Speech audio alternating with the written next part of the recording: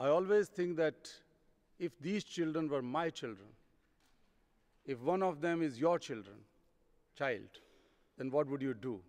You are not going to wait any single minute.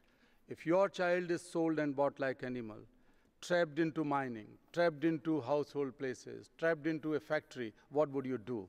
A lot of work has been done by the government, and we have the right legal and policy framework, but the reality is that in Kenya the problem of child labor is still there. As at the last statistics we had, we knew that about 1 million children were still out of school. So clearly the government could not do the work alone.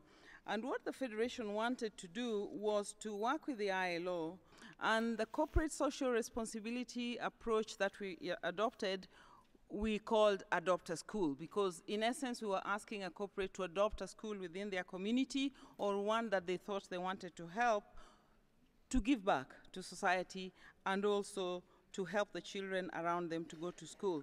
Y por lo tanto volvemos al tema de reformas estructurales que no tienen que ver con respuestas lineales, de respuesta de trabajo a un problema de trabajo o respuesta educativa a un problema educativo, sino que probablemente otro tipo de políticas públicas que atienden otras áreas del quehacer gubernamental cotidiano dan esa respuesta que no la da linealmente la sola política de la materia.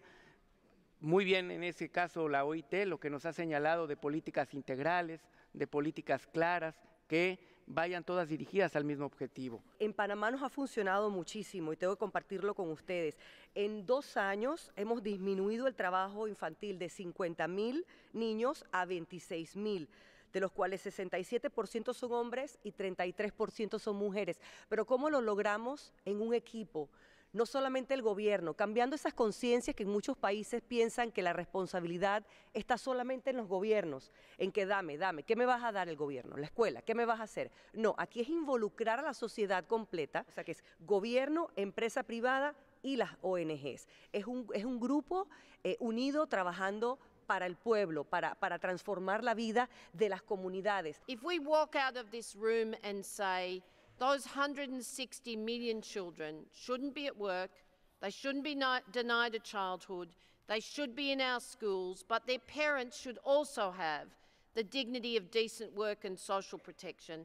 That's a collective message that simply underpins the best of sustainability, but it's also the best of our humanity.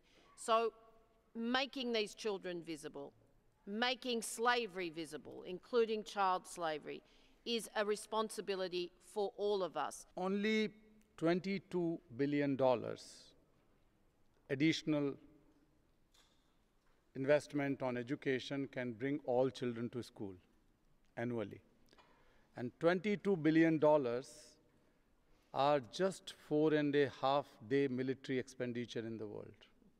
If the whole world decided that we are going to save just 4.5 days, a kind of recess, then all children could be brought to schools. I think the way to sustain this urgency and this commitment is to feel angry about it, to feel indignant about it, to take this message that this is intolerable, that we cannot be comfortable, any of us, while these phenomena are continuing. Child labour, forced labour. But that's a challenge. And I think also we have to take the indignation away at this world, that this global system that we have, which has over 200 million adults unemployed and 168 million children at work.